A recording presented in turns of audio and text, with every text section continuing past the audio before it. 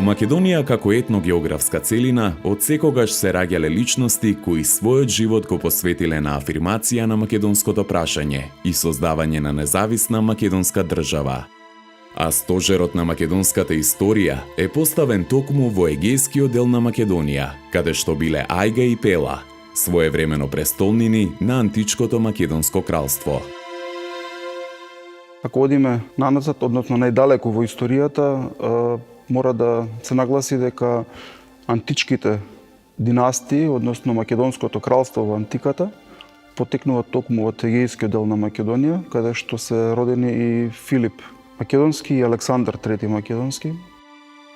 И средновековната Самуилова држава се простирала длабоко во егејскиот дел на Македонија. Една од престолнините на царот Самуил се наоѓала во Преспа, односно во делот на Преспанскиот регион, кој што денес и припаѓа на Република Грција. Островот Аел и црквата Свети Ахил представувале духовно седиште на македонската средновековна држава.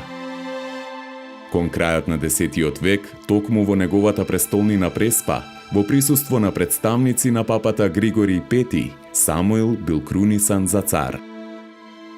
При проучувањето на средновековната историја и потпаѓањето на Македонија под османлиска власт, вреден за запазување е фактот дека последниот македонски град кој бил освоен од страна на османлиите бил Солун, а неговите жители, меѓу кои несомнено голем дел биле македонци според потеклото, во 1430 година подлегнале на нападите на помоќниот непријател. Се работи за град кој што е центар на етно-географска Македонија, односно најголемиот град кој што со својата мултинационалност, со својот економски капацитет и местоположба представувал центар на ова подневие. Дел од подготовките за кревање на Разловечкото востание се случиле токму во најголемиот македонски град. Еден од водачите на востанието, Димитар Поп Георгиев Беровски, во 1875 година заминува за Солун и тука создава таен кружок кој имал задача да помогне при набавката на оружје, муниција, санитетски материјал и зимска облека за востаниците. По налог на Димитар Поп Георгиев, учителките Недела Петкова и Станислава Караиванова во Солун го изработуваат знамето на востанието, црвен разјарен лав на жолта основа, на кое што пишувало Македонија. Откако востанието доживеало неуспех, Димитар Поп Георгиев Беровски успеал да го пробие обрачот на османлиските трупи и да избега, носејќи го со себе знамето. Особено е значајно да се спомене фактот дека Македонската револуционерна организација е создадена во градот Солун на 23 октомври 1893 година. Дури тројца од шестмината основачи на Македонската револуционерна организација потекнуваат токму од егејскиот дел на Македонија. Тоа се Иван Хаџи Николов, Христо Батанџиев и Андон Димитров. Иван Хаџи Николов е роден во Кукуш во 1861 година. Завршил основно училиште во Кукуш, а потоа се школувал во Пловдив, Бугарија. Во Линц, Австрија, завршил трговска академија. Учителствувал во селото Костенец Софиско, а потоа се вратил во Македонија и работел во училиштата во Воден, Кукуш, Солун и Лерин. Бил член на младата македонска книжевна дружина. Во 1893 година во Солун отворил книжарница. Влегол во составот на првиот централен комитет на Македонската револуционерна организација и учествувал на Солунскиот конгрес од 1896 година. Во 1901 година по избивањето на Солунската афера, Иван Хаџи Николов бил единствениот член на Централниот комитет на организацијата кој не бил уапсен при првиот бран апсења. Во една ваква хаотична ситуација, тој им ги предал печатот, списоците и листата со шифри на Иван Гарванов, Спас Мартинов и Димитар Мирчев. На 5 март 1901 година, Хаџи Николов е уапсен од страна на османлиските власти. На судскиот процес тој е осуден на 101 година затвор и испратен на одслужување на казната во затворот Подрум Кале во Мала Азија. Откако бил амнестиран во 1902 година, заминал во Софија и продолжил да се занимава со книжарска дејност.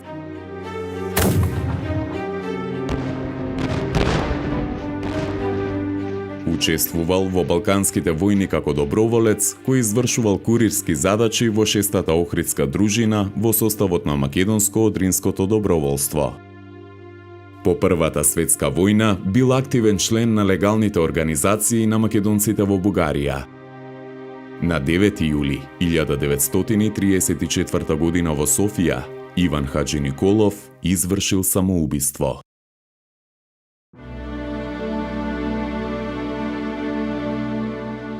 Христо Батанџиев е роден во градчето Гуменџа, Егејска Македонија. Бил избран за член на првиот Централен комитет на Македонската револуционерна организација.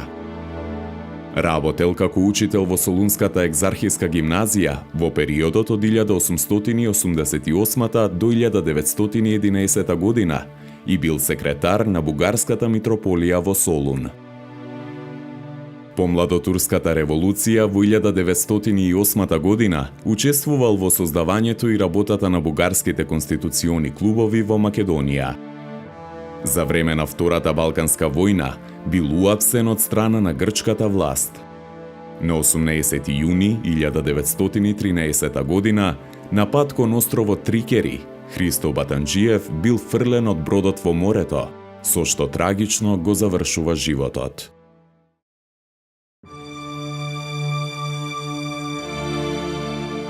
Антон Димитров е роден во 1876 година во селото Ајватово, Солунско. Завршил Бугарска екзархиска гимназија во Солун, а потоа студирал право во Цариград и Лиеж, Белгија. Станал доктор по правни науки. Бил член на првиот Централен комитет на Македонската револуционерна организација. По Младотурската револуција во 1908 година учествувал во создавањето на бугарските конституциони клубови во Македонија. Во периодот помеѓу двете светски војни се повлекол од активно учество во македонското револуционерно движење. Починал во 1933 година во Софија.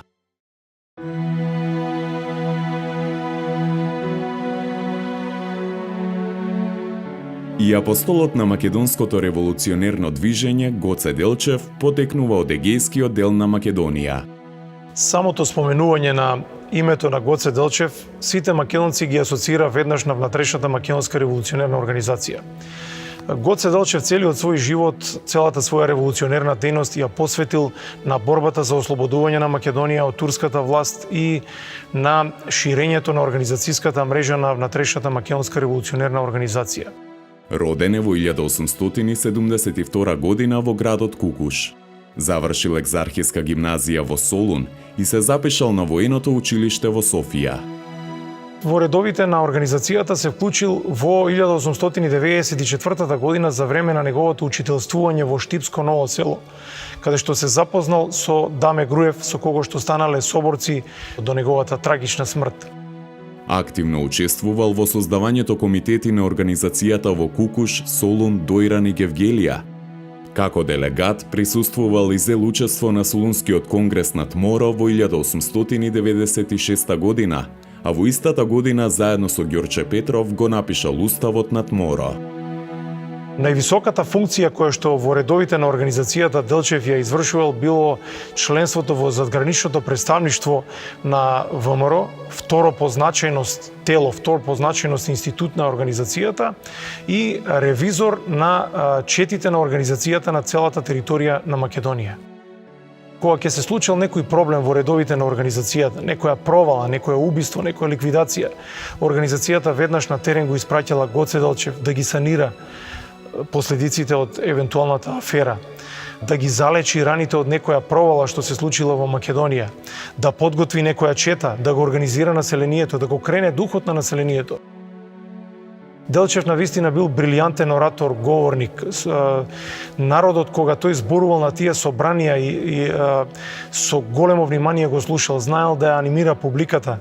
После секој негов говор во кој и да е село или населено место и се случувале масовни зачленувања во редовите на организацијата. Бил еден од основачите на Четничкиот институт на организацијата и учествувал во создавањето канали за пренесување на оружје од Бугарија на територијата на Македонија. Тоа била мощна, макотрапна и сложена работа на која што Делчев се зафатил. Меѓутоа, навистина успешно ја извршувал. Речи се и да немало случај турската власт или некои погранични органи да откријат пратки на оружје кои што Делчев ги организирал од територијата на Бугарија кон територијата на Македонија. Името на Делчев станало легенда. Турската власт едноставно не можела да му влезе во трагите на Делчев затоа што тој бил недофатлив. Мрежата на комитети што ја создал низ целата територија на Македонија му овозможувала непречено одење низ целата територија на Македонија. Понекогаш преправен како трговец, понекогаш преправен како сиромашен човек.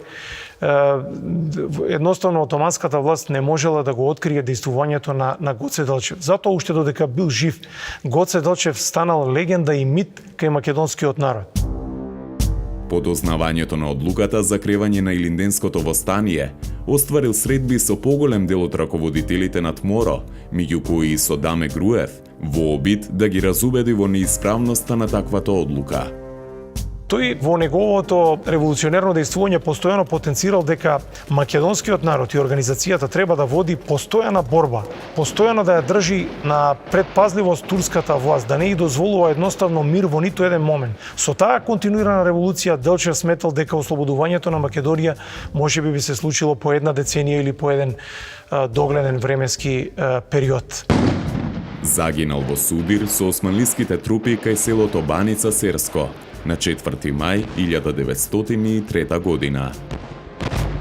Јас тоа што го знам од един дедо тука од Гуменџа, дека Гоце Делчев беше заљубен за некоја гуменџанка и тоа. И кога се оттепал, се кацил со татко му на една кара, кола, тогаш со коња, и да оде на местото дека беше погребан. И као отиде од Тосилово, селото под Гуменџа Соја, момато од многу, макар да ти кажам, од такво пукнал. Васил Чакаларов е роден во 1874 година во село Смрдеш, Костурско. Основно училиште учел во родното село. Васил Чакаларов бил еден од најдобрите организатори и војводи на македонската револуционерна организација во Костурско. Бил еден од најголемите противници на грчката пропаганда. Во македонското револуционерно движење се вклучил уште додека бил емигрант во Бугарија. Меѓутоа, за краток временски период, по наредба на внатрешната македонска револуционерна организација, се вратил во Костурско и започнал со својата револуционерна дејност во полза на македонското револуционерно движење. Чакаларов бил испратен во Грција за да создаде канали за набавка и пренос на оружје и муниција потребни за четите на организацијата. На почетокот тие акции оделе многу тешко, затоа што тој требал да ги создаде каналите за оружје, да привлече луѓе со кои што ќе соработува, доверливи луѓе. Тоа била мощна, тешка и одговорна задача за која што се зафатил Васил Чакаларов. Но како одминувало времето, преку градот Атина и пограничните места на тогашната Отоманска империја со Грција, успел да ги воспостави каналите за оружје кои што профункционирале и до Илинденското востание, биле главниот извор за снабдување на оружје на четите на организацијата во Костурско. Во периодот до Илинденското востание, Васил Чакаларов продолжил да организира канали за пренос на оружје, но и започнал акции за ликвидирање на предавниците во Костурско. Заедно со Пандо Кљашев биле учесници на Смилевскиот конгрес во улога на представници на Костурскиот револуционерен реон. Во Илинденското востание Чакаларов бил посебно активен во ослободувањето на двете градчиња Невеска и Клисура заедно со неговите другари од Костурскиот револуционерен реон. По завршувањето на востанието заминал во Грција, а оттаму во Бугарија. Како делегат од Битолскиот револуционерен округ, учествувал на Кјустендилскиот конгрес на ВМОРО од 1908 година. Пред почетокот на Балканските војни се приклучил на редовите на македонско-одринското доброволство како војвода на чета во 9-та велешка дружина. Во почетокот на октомври 1912 година била создадена здружена костурска чета која действувала во Леринско и Костурско. Васил Чакаларов во Македонија се вратил и во периодот на Балканските војни и активно учествувал во ослободувањето на овие населени места од егејскиот дел на Македонија од турска власт. Меѓутоа, неговото име се споменува и во настаните од Тиквешкото востание во 1913 година, кога четата на Чакаларов поминувала низ централниот дел на Македонија и оттаму требало да замине во Костурско. По почетокот на Втората Балканска војна, Чакаларов повторно се активирал и предводел чета која се упатила кон Костурско. Во јули 1913 година Васил Чакаларов загинал во борба со грчки паравоени формации и грчки андрски чети токму во Костурско и бил убиен на еден многу свиреп начин. Кога го убиле, грчките андарти му ја пресекле главата и ја разнесувале низ градските улици на градот Лерин, при што им било велено дека еве Чакаларов ви е мртов, Македонија е мртва. Навистина еден нецивилизиран акт. Во секој случај, Васил Чакаларов оставил траен белег во револуционерното дејствување на македонците во Костурско и во егејскиот дел на Македонија.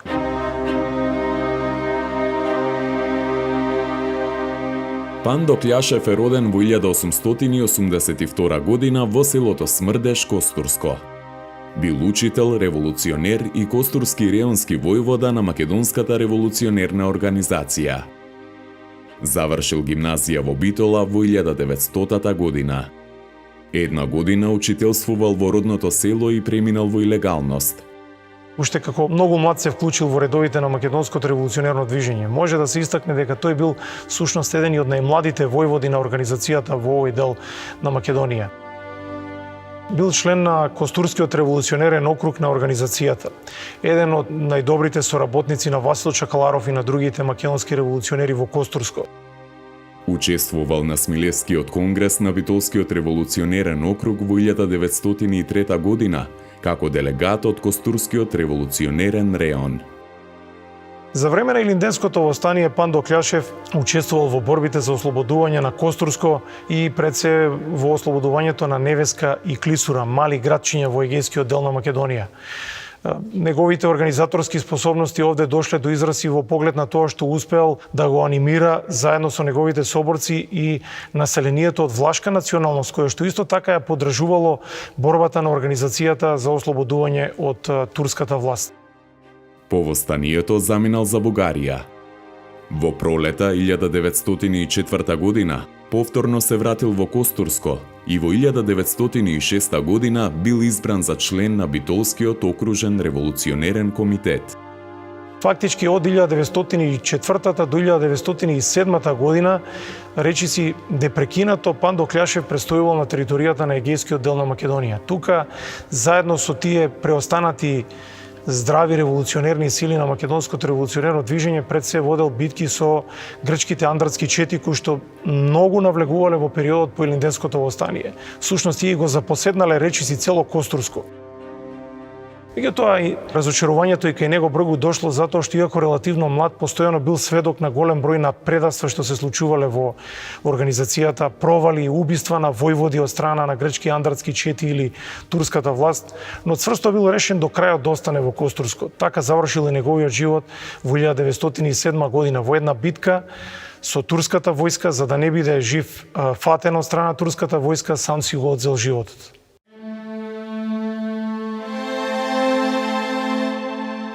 Митре Панџаров Влавот или Влашето роден е во 1873 година во селото Коно Млади, Костурско. По националност бил Влав. Влегол во редовите на ТМОРО и од 1900 година станал четник во четата на војводата Марко Лерински. Во четата научил да чита и пишува. Тој немал никакво образование, за разлика, например, од Пандо Кљашев, кој што, да речеме, се здобил со гимназиско образование. Меѓутоа, бил човек кој што бил произлезен од народот. речиси целиот негов револуционерен живот го поминал во нелегалност, затоа што постојано бил под обвинение од страна на турските власти за револуционерна дејност, меѓутоа особено бил на мета на грчкиот комитет во градот Костур и лично на владиката Германос Каравангелис. Од 1902 година бил назначен за самостоен војвода на Чета. Во мај 1903 година со Четата се судрил со турскиот аскер кај костурското село Рулја. Како и другите македонски револуционери во Костурско, и војводата Митре Влаот учествувал во борбите за ослободување од турска власт за време на Илинденското востание, особено во ослободувањето на Невеска, Клисура, селото Апоскеп, во други борби што се случувале во Костурско. Предводејќи здружени Чети во борбите во Костурско, од современиците бил забележан како храбар и добар стратег. По востанието работел на ревитализација на организацијата. Формирал нова Чета и бил назначен за главен војвода на Костенаријата. Се посветил на борбата со силите на грчката пропаганда. Во тие моменти, обидувајќи се да го придобие и на еден начин да го подкупи Митре Влаот, грчкиот владика Германос Каравангелис дури му исплатил цело кесе со златници со цел да го подкупи. На гласникот кој што дошол во името на Каравангелис, Митре Влаот му го фрлил кесето со жолтици и му рекол дека додека е жив ќе се бори против грчката пропаганда и против Германос Каравангелис. Тоа многу го разлутило грчкиот владика во Костур, кој што си ставил за задача покрај Чакаларов да го ликвидира и Митре Влаот, кого што го сметал за најопасен по грчките државни интереси во егејскиот дел на Македонија. Водел повеќе битки со андарските Чети, но тој и неговата Чета биле предадени и опколени кај селото Жупаништа во 1907 година. Откако сите негови четници биле тешко ранети, ги доубил своите соборци, ја уништил организацијската архива и оружјето и се самоубил. Сите загинати во еден временски период биле закопани во една заедничка гробница во селото Апоскеп. Меѓутоа, што се случило? Со доаѓањето на грчката власт после Балканските војни 1912-13 година во овој дел на Македонија, таа гробница била уништена со цел да не се остави никаква трага, никаков споменик за дејци на внатрешната македонска револуционерна организација.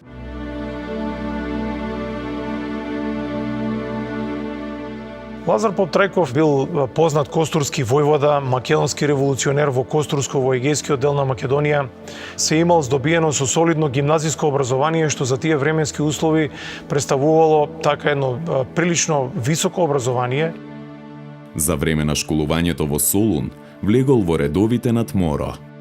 Бил организатор на првите организацијски револуционерни комитети во Костурско, а по негова иницијатива биле ликвидирани неколку турски и албански разбойници низ Костурско. Беше Трајко, заедно со Бузо, ојдое во Ормано Дону и го отепае на Турчино. Два турци бе, кај слушна на Турчин пушка и му вика "Вурдун Даушан, вурдун, вурдун". Трајко те го виде карв па на Доду. Бузо беше човек за 4 души, го звена рамото и така избегае. Тој доја турците, туку на селото, да баре, зашто му пана капата, знаеш тие капите, овчарите што носе. Му пана капата и на цели куќи, сега и варте куќите, која куќа нема капа. На чифлюка таму, ојдоа на куќа, сега ќе оде на другата, од пенџерата му фарлија капата на другата куќа и така не може да најде од која куќа. Немаше капа, разбра. Поради револуционерна дејност бил затворен и лежел затвор во еден извесен временски период во Албанија. Веднаш по излегувањето од затвор, Лазар Поп Трајков станал нелегален и се вклучил во подготовките за кревање на Илинденското востание во овој дел на Македонија. Заедно со останатите костурски револуционери учествувал во создавањето на комитети, во заколнување и зашленување на нови членови на организацијата, во формирање на чети, во тренирање и вежбање на селаните да ракуваат со оружје и со други боеви материјали во пресрет на Илинденското востание. На крајот на 1902 година бил уапсен во Скопје и лежал во Куршумлијан до февруари 1903 година. По ослободувањето се вратил во Костурско и действува во илегалност. На Смилевскиот конгрес на Битолскиот револуционерен округ во мај 1903 година, поради неговото значење и неговата револуционерна дејност, бил избран за резервен член на главниот штаб на востанието, што представувала една висока позиција, значи уживал еден висок авторитет во редовите на македонското револуционерно движење во овој дел на Македонија. На 30 мај 1903 година, кај местноста Локвата и Вињари, во близина на село Дмбени, се случила една од најголемите, најкрвави и најопеани битки. Значено за Лазар Поптрајков е и тоа што ја напишал поемата Локвата и Вињари, една интересна поема која што се однесувала за битка во предилинденскиот период во Костурско, каде четите на ВМРО извојувале брилијантна војничка победа на турската војска. Тука Лазар Поптрајков, како реонски началник, инсистирал на востаниците да им се поделат свидетелства за учеството и за покажаната храброст во битката. На некој начин, тоа се и првите одликувања што ги поделила организацијата. Тоа била една од ретките победи на четите на организацијата над турската војска во периодот пред Илинденското востание. Во востанието бил постојано активен. Учествувал во борбите кај селото Чаништа Маријовско, каде бил тешко ранет. На пат кон Костурско тој не сакал да ја напушти Македонија и да пребегне во Бугарија, како извесен дел на војводи. Решил да побара помош од неговиот поранешен другар Коте. Меѓутоа Коте извршил едно подло предаство. Беше на селото на Грач.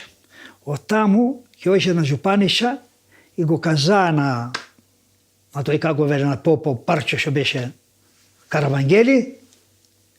И ојде Каравангели му вели на турците, ваа вечера кој во Жупаниша. Наместо да го лекува како што му ветил, на спиење го убил, му ја пресекол главата и пресечената глава на Лазар Поптрајков ја однел кај костурскиот владика Германос Каравангелис, за што добил голема парична награда. Тоа е едно од најеклатантните предаства што се случил во внатрешната македонска револуционерна организација во периодот по Илинденското востание. Крсте Петков Мисирков е роден во 1874 година во Постол, Еничевардарско, Егејска Македонија. Роден е во сиромашно семејство, рано останува без родители. На 14 годишна возраст веќе ги сваќа општествено политичките, културните, економските прилики кои што ја обкружуваат Македонија, во кои што се наоѓа македонското население. Принуден е постојано да се расшетува од едно место на друго во потрага на неговото образование. Неговиот образовен процес започнал преку следење настава на грчки јазик, а подоцна добил стипендија од Српското друштво Свети Сава за да замине во Белград и да продолжи да се образува на српски јазик. Во тој период образованието можело да биде или на грчки, или на бугарски, доколку бил припадник на муслиманската вероисповед, тогаш тоа би било на османлиско-турски, и во северните делови на Македонија или јужните делови на Србија можело да биде на српски јазик. Увидувајќи ги прикриените намери на српската пропаганда, која действувала преку добротворните друштва и доделувала стипендии, тој се приклонил кон групата македонци кои одлучиле да го прекинат учењето во Белград и да заминат за Софија. Подоцна заминал во Русија и во 1902 година дипломирал во Петроград со тема кон прашањето за народноста и причината за популарноста на македонскиот крал Марко.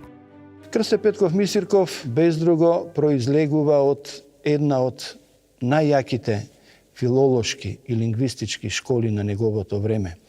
Тоа е Петроградската школа, во која што тој стапил како ученик, а од неа излегол како еден од нејзините најсолидни кадри. Во 1903 година пристигнал во Битола, каде што работел како учител во екзархиската гимназија. Меѓутоа, бил под константен притисок на османлиските власти, кои го демнеле заради неговите врски со Русија. Во 1903 година во Софија го објавил неговиот величествен труд за македонските работи. Книгата за македонските работи е една совршено создадена лингвистичка книга, во онаа смисла во која што во неа се вградени најновите, би рекле, откритија во лингвистиката. Со оваа книга самиот Мисирков веќе се вбројува на почетоците на социјалната лингвистика која што се зародува токму во тоа време.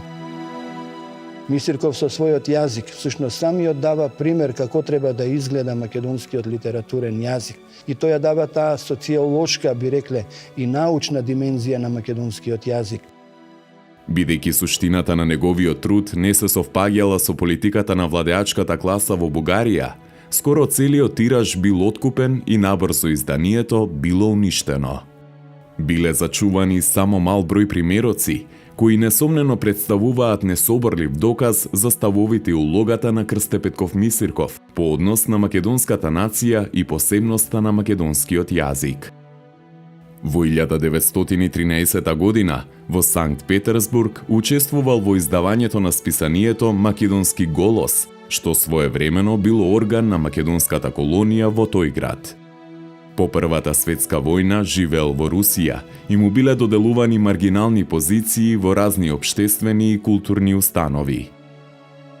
Откако тешко се разболел и западнал во голема финансиска криза, заминал во Софија, каде што починал на 26 јули 1926 година во Александровската болница. Неговите посмртни останки се наоѓаат на софиските гробишта.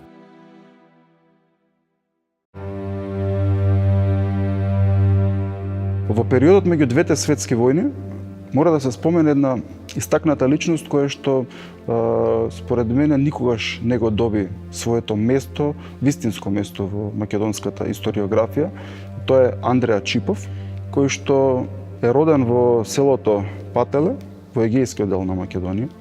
Во 1932 година бил назначен за раководител на внатрешната македонска револуционерна организација Обединета за егејскиот дел на Македонија, а истовремено ја извршувал и функцијата секретар на организацијата. Следната година се приклучил на Комунистичката партија на Грција и влегол во составот на незиниот Централен комитет. То време и на партија имаше за да оди напред. Со борба во комунистите партија. Таму беше Андреа Чипов. И отиде многу напред. Дојде стана на 39 година, стана прв. Ние го велме Геникос Граматеас комунистику комато Селадос. На изборите во Грција, кои што биле одржани на 31 јануари 1936 година, Андреа Чипов е еден од 15-мината народни пратеници, односно избрани на изборите за членови на грчкиот парламент. Во анкетни листови кога што се пополнувале за кандидирање на таа пратеничка листа, Андреа Чипов, бидејќи не му било дозволено да ја изрази јасно својата етничка припадност, во графата професија запишал македонец.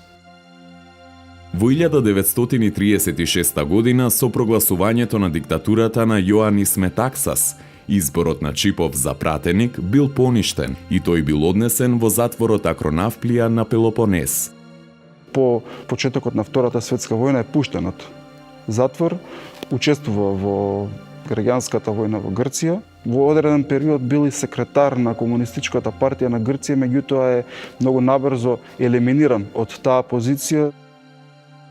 Официјално бил квалификуван како ригиден и назаден кадар, меѓутоа суштината на таа политичка елиминација е фактички неговото етничко потекло. Андреа Чипов кога лафеше у Ицкале, што го има тамо, беше прв тамо, имаше 5000 комунисти, сека вечера го слушаа со отворена уста, што работи велеше за слобода, за народо слобода. Ама на крајо велеше оти јас се борам за народо, ама и за слобода на Македонија. Според Петрос Русос, член на Политбирото на Комунистичката партија на Грција, Стоењето на македонец на чело на КПГ можеше да има негативно политичко влијание врз масите на грчкиот народ, поради неговата позната чувствителност за националното прашање и уште повеќе во периодот на национално-ослободителната борба. По завршувањето на граѓанската војна во Грција, Андреа Чипов заминува да живее во Битола, каде што починува во 1956 година, заборавен од сите и во целосна изолација. Лазо Ангеловски е роден во селото Граждано, Леринско, во 1925 година.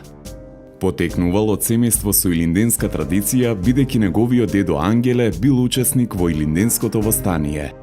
Пораснал во сиромашно македонско семејство. Неговиот татко бил печалбар во Америка и скоро целото детство Лазо го поминал без еден родител. Дека и да одеше без книга не одеше. Заврши основно училиште и пошто добро учеше, го испратиме во гимназијата, во Леринската гимназија, и таму учеше. И таму беше многу добар, ама и работеше во организацијата, беше активист. Во текот на Втората светска војна се приклучил во движењето на отпорот и извршувал курирски задачи. Бил одговорен за врската помеѓу партизанските единици кои дејствувале во Вардарскиот и Егејскиот дел на Македонија. По завршувањето на војната се обидел да изучи курс за народни учители во Костур. Пешачел 2-3 дена да стаса во Костур да праша што се случува со курсот, дали ќе се отвори или не. Тогаш добил одговор дека вакво нешто нема. Курсот е само за грчки курсанти. Заминал во Битола, каде што се запишал на курсот за македонски учители во Битолската гимназија. По завршувањето на курсот бил назначен за учител во селото Брајчино Ресенско, а подоцна станал управник на основното училиште во селото Смилево Битолско. Како учител, Лазо во Брајчино беше многу добро примен од народот. Наставно-воспитната работа ја обавуваше солидно. Покрај наставно-воспитната работа, тој работеше и со масовите организации. По отпочнувањето на граѓанската војна во Грција и создавањето на слободни територии, во Егејскиот дел на Македонија се создале прилики за образование на македонските деца на мајчин јазик. Така Лазо, со еден џип полн со книги, отиде во село Ѓерман и таму бил пречекан од Народниот одбор и сите услови му биле дадени на Лазо да ваков курс организира. На слободната територија бил отворен курсот за македонски народни учители, кој бил именуван Гоце Делчев. Набрзо, истаков курс бил отворен и во селото Желево, во Леринската околија. Воедно со тоа се отварале и македонски училишта. Вакви македонски училишта биле отворени околу 180, а се школувале 10.000 македонски деца.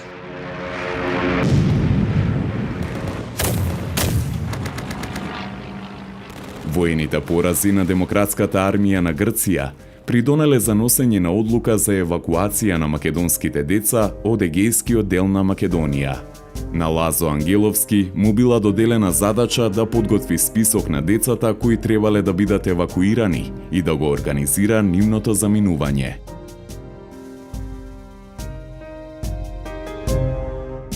Децата биле причекувани од Лазо Ангеловски. И јас до ден денес памтам како тој се збогувал со нас. Неговите зборови биле: драги деца, вие ќе идете во слободна Македонија. Ќе изучите лекари, инженери, даскали и учени вие ќе се вратите и со нова елада Грција ќе зараководите. Иако му било понудено и тој да замине со последната група деца, тој ја отфрлил таа можност и одлучил да се вклучи во партизанските единици. 1948 година, при една обиколка на слободните територии е фатен. Бил однесет во Лерин.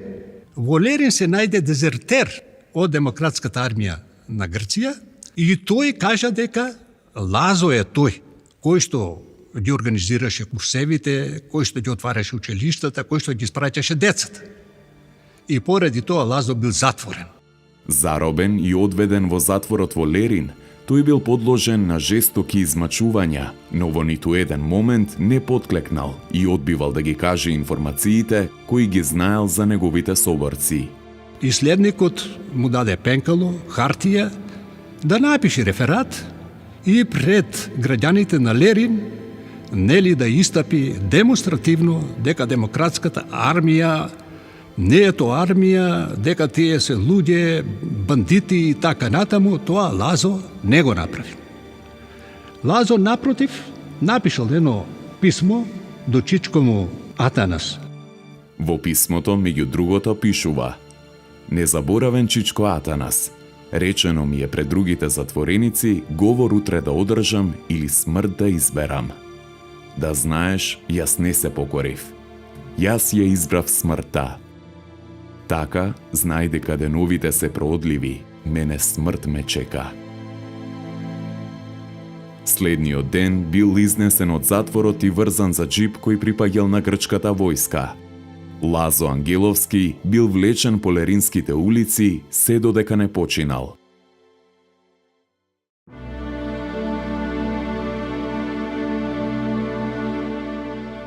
Мирка Гинова е родена во 1916 година во селото Русилово, Воденско.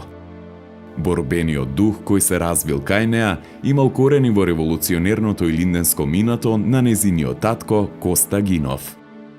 Основно образование завршила во селото Катраница, а подоцна учела школа за домакинки во Воден и Лерин, за на крајот да заврши учителска школа во Костур. Станала член на Комунистичката партија на Грција и на младинската организација ЕПОН на Реонскиот комитет во Острово. Во текот на 1943 година престојувала на подрачјето на планините Кожув и Кајмакчалан и стапила во контакт со македонските партизански единици од Вардарска Македонија. Формирањето на македонскиот баталјон во рамките на Елас Мирка Гинова ја поттикнало таа да почне да агитира и со своето реноме да придонесе македонците од егејскиот дел на Македонија масовно да се вклучуваат во оваа воена единица. На првата конференција на Народно-ослободителниот фронт, Мирка Гинова била избрана за член на извршниот одбор и одговорна за прашањето на жените. Мирка беше на првната војна со Еласеам и на вторната граѓанска војна почна. Таму даде борба, возот го тигна, го удрија се отипаја 13 партизани. Неколку членови од НОП и представители на Комунистичката партија се сретнале кај Куса Ливада да се советуваат како понатаму да ги водат борбите против грчкиот режим.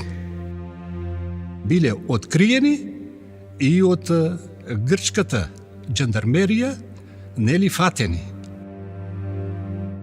Во затворот во Воден, Мирка Гинова била подложена на најзверски измачувања од страна на незините непријатели. Била закопувана во земја до главата и биле ставани игли под ноктите и била влечена по улиците на Воден со цел да се заплаши населението. На 23 јули 1946 година, затворениците биле одведени во првото основно училиште во Иниче Вардар и таму било одржано судење зад затворени врати. На тоа судење Мирка Гинова била осудена на смртна казна, која била извршена на еничевардарските гробишта од страна на владиниот екзекуционен одред.